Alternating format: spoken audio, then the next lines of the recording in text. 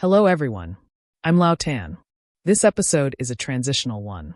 There isn't that much to talk about in terms of details. Jiang Chen's personality is still very likable, and the four corpse ancestors are all quite entertaining. So how did everyone feel about this episode? This time, let's briefly talk about some details. I hope everyone will exchange ideas more. Inside the room, two people are discussing cultivation techniques. This so-called harvesting yang to replenish yin really has Jiang Chen completely figured out. If you respond to that kind of line, it's awkward but you can't stutter.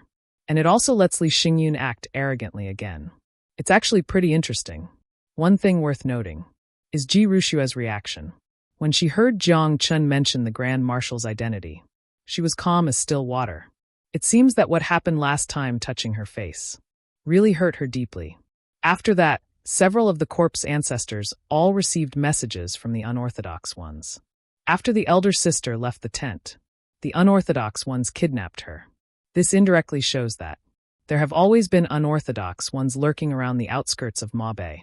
Next, Li Xingyun prepares to cultivate.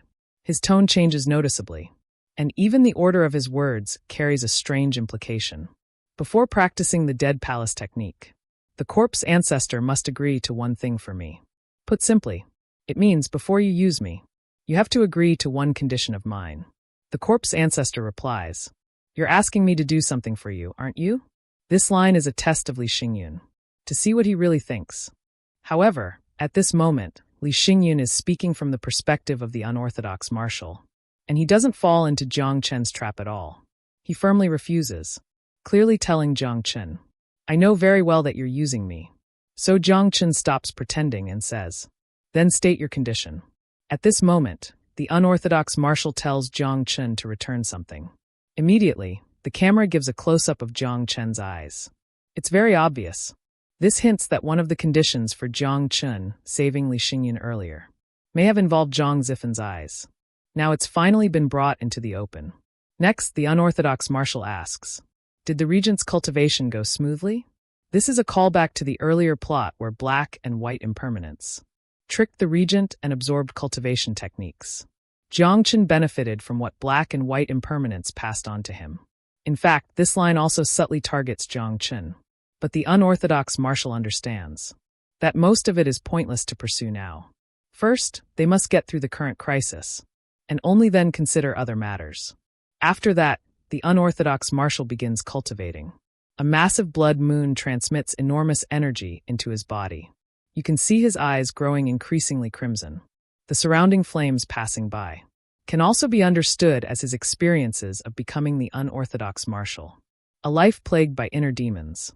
At this moment, Ji Rushua anxiously rushes over to check on him, probably because the unorthodox marshal's cultivation went out of control and disturbed her. The four corpse ancestors gather together. You can tell that their daily interactions are actually quite amusing. As soon as Jiang Chen gets angry, one sits down, one squats. Some pack things up. Whoever should be doing what does it. Wei Yan is indeed very bold. He says, "The thing we planned to do before. We can start it now." Clearly, this refers to Li Xingyun's cultivation technique. They may be using Li Xingyun as a test subject to refine the 9 nether profound heaven divine art. It's definitely not that simple. What do you think the thing they mention really is? After everyone enters Mabe, the corpse ancestors mention that the unorthodox marshal has entered the camp.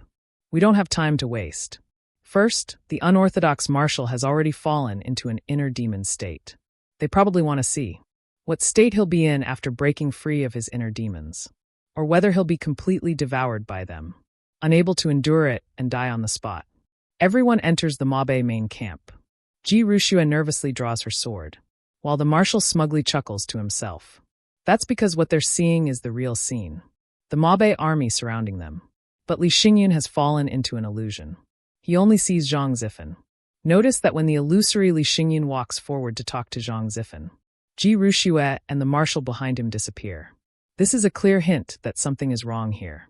From the perspective of others, the unorthodox marshal is standing among the army, talking to himself.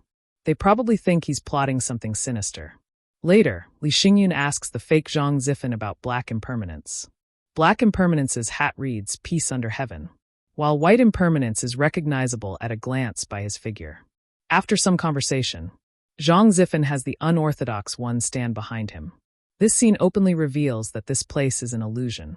Under Zhang Zifen's verbal provocation, Yuan Tiangong's figure flashes by, completely driving Li Xingyun mad. He erupts violently and launches an attack on everyone. At this moment, Yalu Jiwu shouts unorthodox martial. And there's also a faint echo of the same title in the background audio. This may have brought him slightly back to his senses. We can see that, in reality, the younger brother and Qixiang both look extremely serious, as if they were frightened by the unorthodox martial. In Zhang Zifen's monologue, we see the real Li Xingyun erupt with energy.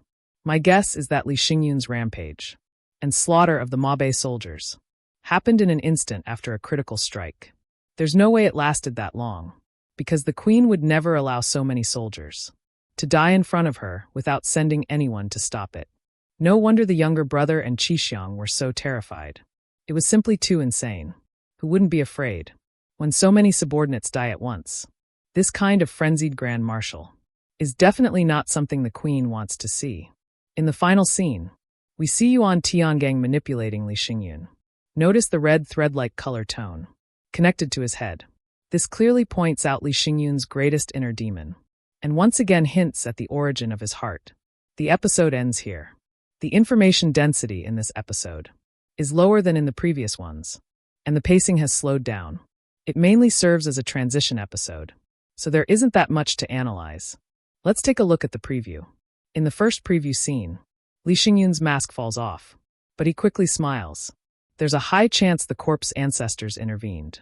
Then we see Ji Rushue with a look, like she wants to say something, possibly having learned the Grand Marshal's true identity. So is it possible that the production team deliberately edited it this way, to make us think it's a fake cut? That Ji Rushue didn't actually discover the Grand Marshal's identity, and that when the mask fell, the corpse ancestors covered it back up? But what if it's not a fake cut at all, and Li Xingyun's identity is truly exposed? Then there's the Queen, Aogu, making an entrance while removing her clothes, with her mutated Qi King form returning to the capital, only to leave the city again. What kind of plot do you think this is? As for Li Xingyun and Yuan Tiangong, there's no need to say much. It's definitely memories mixed with the influence of inner demons. What I'm most looking forward to is Aogu's preset. I'm going to take off the mask. Some friends in the comments suggested whether the two agreed to remove their masks together, but Li Xingyun tricked him instead. A battle-damaged version of the unorthodox marshal appears, yet the surrounding soldiers don't point their weapons at him.